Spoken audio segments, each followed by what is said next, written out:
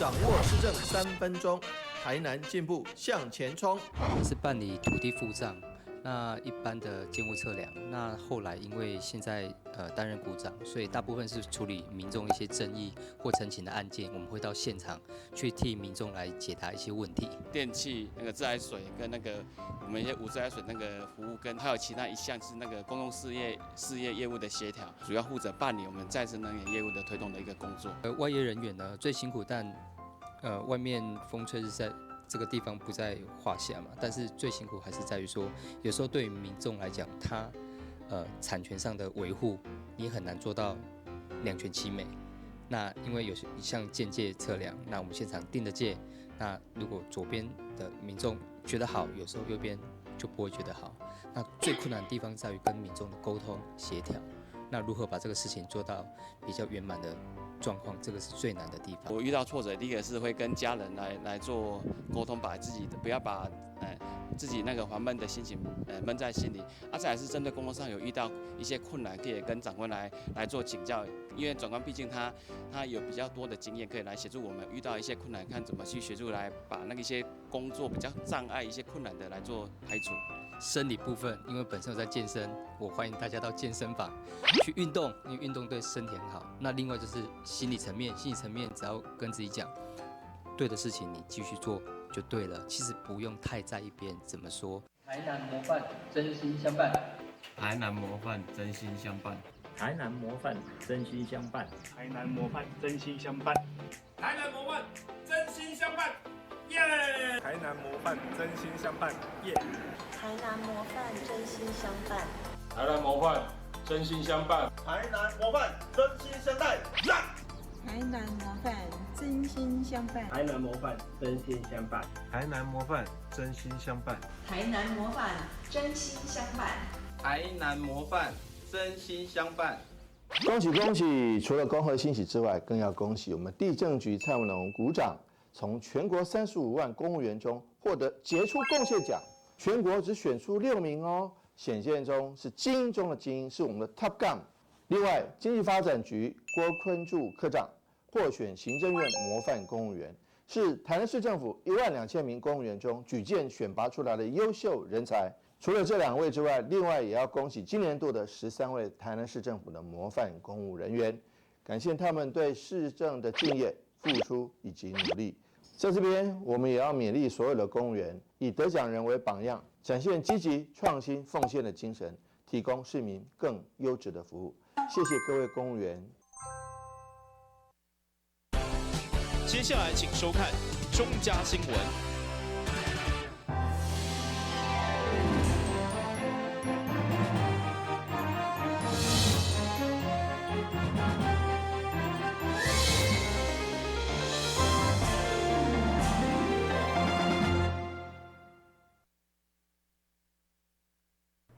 大家好，我是秦碧纯，欢迎收看中嘉台南地方新闻。下边有一连串的新闻报道，带大家做伙来关心。近日，美国猪肉进口市场伫无通知的状况，陆续前往各大卖场视察。上午伫经济发展局长甲卫生局长陪同来到大润发关心国产肉品专区，了解相关的标示。根据了解，该卖场一直以来猪肉部分拢只是卖国产，销路嘛真好，所以并无打算进口美国猪肉。我们现在目前卖场所卖的猪肉全部都是国产的，对啊，那目前的价格都还很平稳，货量都还很充足，没有太大的问题。面对国产猪肉表示800款，甚至全国各地拢传出起价状况。对此，民众也是烦恼，只是台南目前价销也算平稳，并无浮动。目前价钱还未换吧？价销较稳定嘛？价销差不多啦。美国猪肉你嘛，刚刚价销较？还未，嘿啦。目前我的感觉是安尼啦。就现在，如果出去看的话，就还是会看一下它有没有写，就是什么来源这样子。就以前不会特别去想，但现在会。其实坦白讲，现在价格上涨不是全面的，是部分的上涨，像什么国军副食品啊、供应站啊，这些地方在上涨的话，我们觉得就不合道理。因为什么？因为我刚刚提过了，进口的猪肉，只占所有的猪肉供应量不到10%。那不到10%的话，那进口的猪肉现在大家还是有吃啊。那就算是厂商减少进口，也还不构成要价格上涨的理由啊。现在店家要价格要调涨，都用说我们用本国猪，那表示他们以前都用进口猪了。可是问题说以前的进口猪的消费量没有那么多啊，那表示有人说谎。那有人说谎就借这一波来发国难财，来借机调涨，我觉得这样是不对的。当然，有关标准问题，就是因为市面上小济标准会影响民众信任的程度。市长表示，无排除建议中央统一，强调标准基本上是互消费者自信。如果要做到品质保证，也是要经过卫生局加强稽查。台湾新闻管及何超邦采访报道。儿童是城市未来的主人，市府文化局为了提供大北门地区的儿童有更加优质的活动环境甲资源，特别将老旧的小农儿童图书馆整修改造，将内部的壁岩、漏水等问题完全改善。现在也将要伫1月9号重新启用。市长王伟特也事先到馆内了解整修的状况，同时甲来参观的小朋友互动。市长强调，这个儿童图书馆将会串联大北门地区其他的建设。同时，甲未来的阳春地带文化馆做结合，成为大北门地区的新亮点之一。未来，咱阳春地带是咱的非常有这个文化气息而且有这个文学素养的地方。所以呢，这个儿童图书馆，还有我们家里图书馆，还有这个儿童美术馆，还有蛟龙文化园区，将来咱的这个文化部甲争取的这个盐分地带文化馆。结合在一起，我感觉讲，这就是咱大北门地区的亮点之一。所以我想希望就有这个机会，甲咱今仔一起来启用那儿童图书馆。将来这只是开始，将来更多的这个艺文、更多的亲子、更多的文化的东西，拢会当伫咱的大北门地区来生根来发展。这届除了外观邀请日本的艺术家铃木悠哉打造用色丰富的造型。册籍方面，除了原本就有的儿童绘本甲 DVD， 也特别增加了上百本的立体书，成为全新的特色。我们总共目前儿童的藏书大概有3万多册，包括影带的部分也大概有将近500片左右。那另外就是这一次市长也特别提到说，那我们的儿童图书馆是不是也有一些特色？所以我们这次也特别新购了大概有将近127册的中西的所谓的立体书，我想各位在报道处的地方就可以看到这些立体的这些图书其实每一本都是艺术品，那每一本也都是非常棒的一本童书。那另外就是在我们这一次配合这一次的开幕，也新购了大概有将近2000册的绘本书那这些绘本书都是经过这些学者专家特别精挑细选的这些绘本书所以非常适合家长带着孩子共同来阅读。文化局表示，接下来也积极串联周边的小农文化园区甲民间的资源，办理多元文化的演习、讲座、册展等推广阅读的活动，让亲子学习成长。台湾新闻郭博义采访报道。画面当中看到穿着红色球衫的球员，就是乐成高中橄榄球队的选手。因伫这个2020-07人制橄榄球锦标赛当中，打败其他学校的好手，摕下全国冠军。这也是因等待3年，重新摕下冠军。市长王伟特听到这个好消息，也伫6号下午亲自接见选手甲教练，并颁发5万块的奖金。会中市长除了表扬因优秀的表现以外，也期待因会使伫未来奥运的比赛项目当中为台湾争光。今天非常高兴能够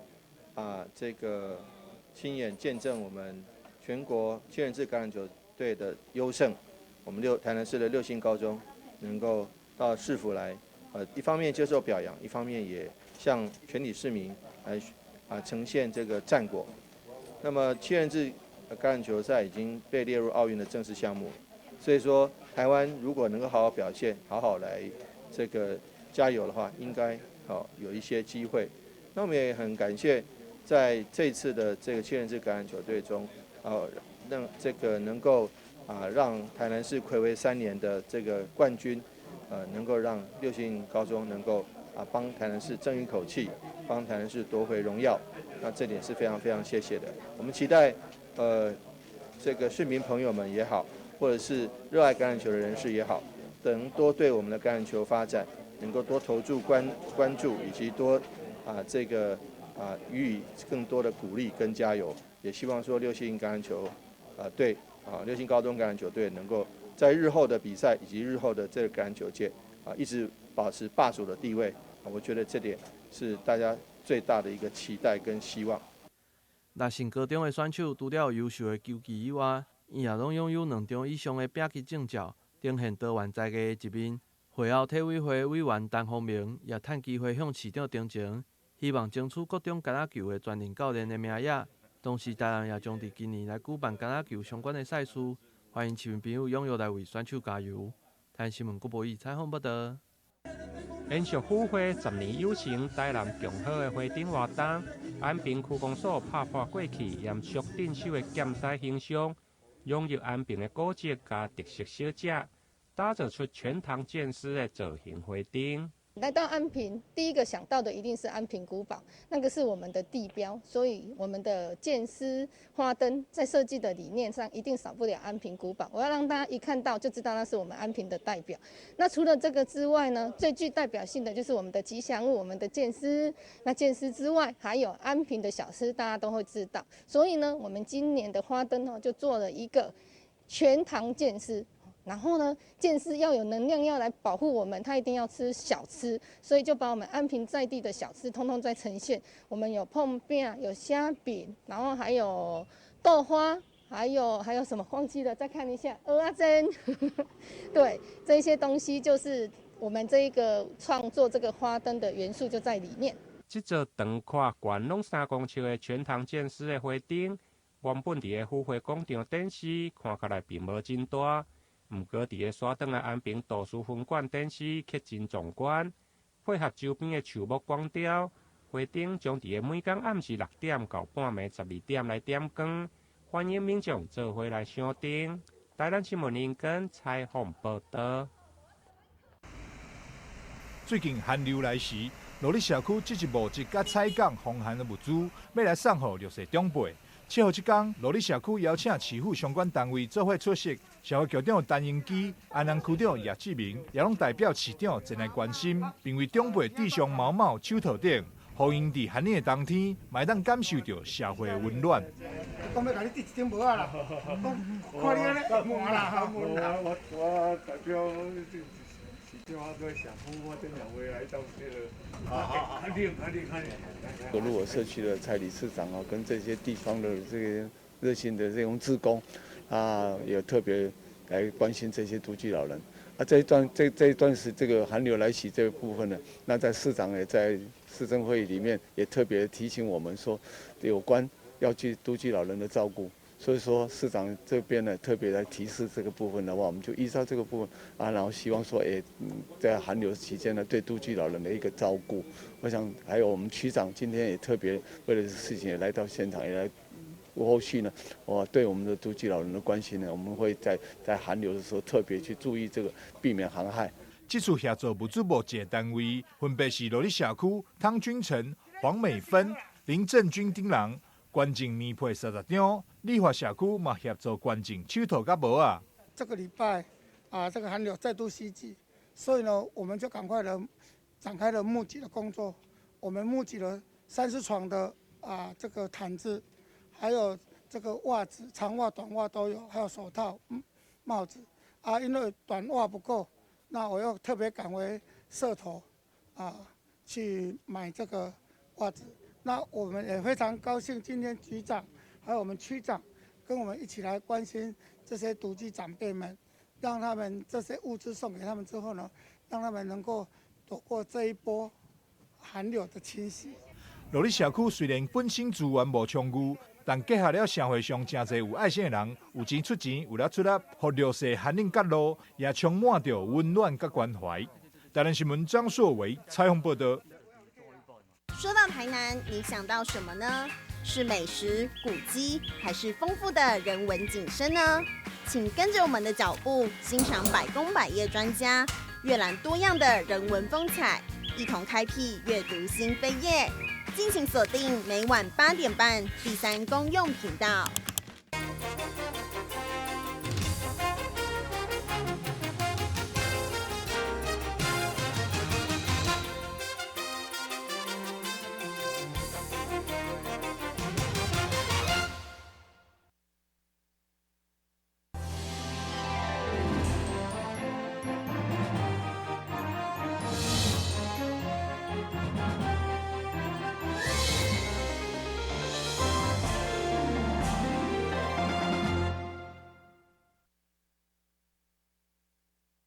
市府农业局为了推广台南在地农特产品，每一年拢会举办各种的行销活动。其中，甲大成长城合作举办的年会市集活动，每一年拢吸引真侪民众来参与。今年因为疫情的影响，互真侪民众拢会选择伫厝内煮饭。对此，市集即届也扩大举办，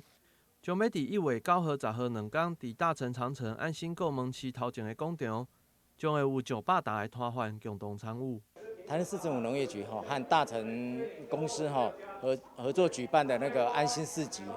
那今年比往年更大最主要是我们考量疫情问题那扩大举办，目前有超过100个摊位含小农、含农创市集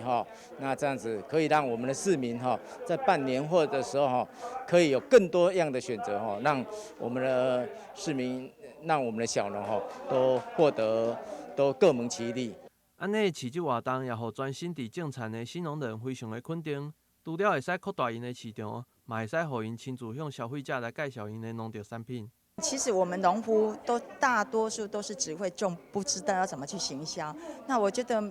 有一个很有企业愿意这样协助我们，其实对我们是很受惠很多。那我们出来，我都说，出来其实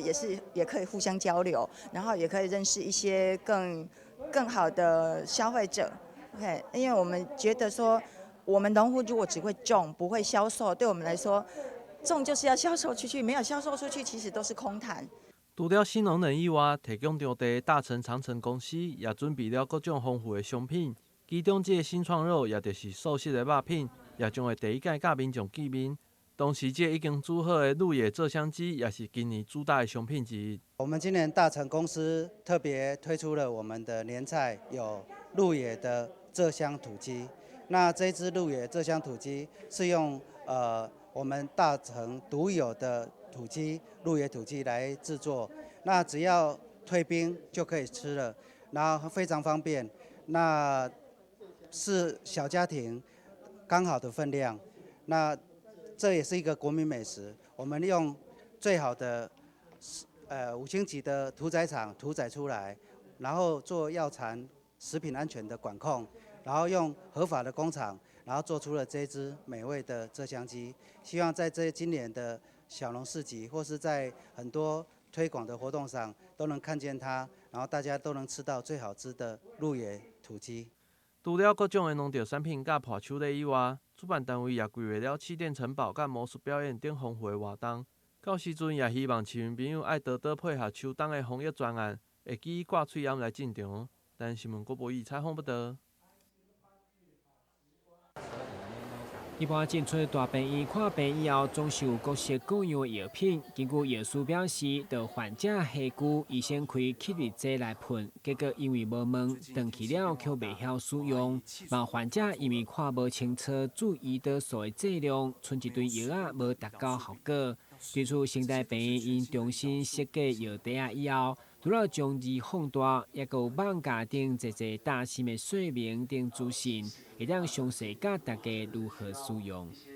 最新的药袋呢，在用法用量上呢，特别放大了字体，所以在看的时候非常的清楚跟明了，可以很快的知道每次要使用的时间跟方法。如果想要知道更多的资讯呢，其实像在这个下面的部分有一些用法用量，或者是说注意事项的部分。那对于有一些不方便阅读的患者，或者是说他不看不懂中文字的话，那其实我们在这边有做图片的方式，用卡通图示告诉他们说是早上跟晚上来使用这个药。那假设说这个药品它其实还有很多注意事项，那患者对这个药品也很想要再深入了解的话呢，可以透过这个左下角的 QR code 进行连结。以老大人来讲，会较常看医生，所以即时若无好好整合药品，恐惊会食到成分类似的药啊，结果效果也未改善，副作用就先出来。所以现代病院药师拢会主动替患者来查询，同时伫药袋啊，嘛提供药品咨询专线。台湾新闻管及何强邦采访报道。新代病院探听科主任林宗仁医师表示，对着顽固性探听、中枢神经系统、白血病，或者是脊髓炎症，一般止痛药拢无法度控制探听。这时阵就当考虑脊髓内输注胖普疗法，透过将药物直接拍入去关键所在，达到快速有效的止痛效果。治疗的方式它是非常直接的，直接把这个药物打到我们的中枢神经系统，所以它的这个效果会非常的强。这是有别于我们传统治疗，那要吃药，吃了药之后，它就要经过肝脏、肾脏的全身系统的循环之后，它的药物到达实际上神经系统会非常的小，所以如果说能够改用这种方法，它的效有时候可以达到100倍、300倍以上的这种效果，所以如果是对于难以治疗的疼痛这是一个选择之一。脊髓内输注胖普疗法不只是适用在咧止痛药物。另外，该疗法嘛适用在肌肉松弛顶。它是一个输注的这个方式，所以目前用的最多的第二多的就是属于像肌肉松弛用的有些人是天生就是脑性麻痹、中风后肌肉僵硬，或者是说他得到这种脊椎的疾病，让这个四肢那个肌肉僵硬。那这种过程，它就可以将这个药物打到脊髓里面，它的药物比你用吃药的效果会好非常非常的多，而且它的副作用也会相对小很多。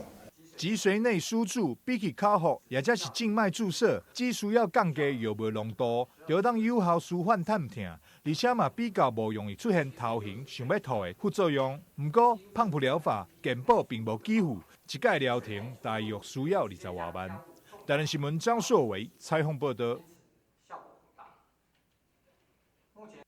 基美病院中医部医师黄千玉表示，现在社会因为压力大，加上女性的心思较幼，容易累积压力，造成肝气郁滞，加上饮食的无正常，爱食烧烤、炸物等，容易出现中医所讲的脾虚、湿热的体质，长期落来可能会造成经期未顺、闭经或者是未生。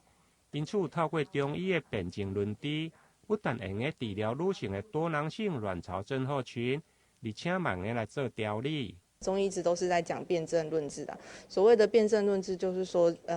虽然说一样是多囊性卵巢症候群，但是每一个人的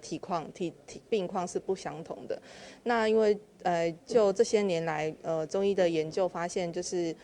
有可能是肾虚，也有可能是脾虚，然后痰湿，然后或是血瘀的部分造成了这个多囊性卵巢症候群的症状。那我们就会针对我们辨证出来的症状来用药物来做治疗。那就是说，如果以肾虚的部分的话，我们就像我们台面上的营养火或是菟丝子。那脾虚的部分的话，就是我们会使用利水渗湿的茯苓药。那血瘀的部分的话，可能会补一些血，对之类的，像这样子的治疗方式。那针对于就是生活习惯的建议的话，就是说，因为其实有一些多囊性卵巢的妇女，她们会伴随着胰岛素阻抗的症状。那胰岛素阻抗这件事情呢，它其实胰岛素其实就是控制我们的一些能量的代谢。那代谢出了问题的话，就比较容易会有肥胖的问题。医师强调，部分的多囊性卵巢症候群的病人有代谢的异常，因此伫个生活甲饮食嘛真重要，尽量避免烧烤甲甜的物件。平衡的饮食加适当的运动，嘛用来改善代谢的无正常。台湾新闻英根采访报道。感谢你收看中嘉台南地方新闻，我是陈美纯，咱再会。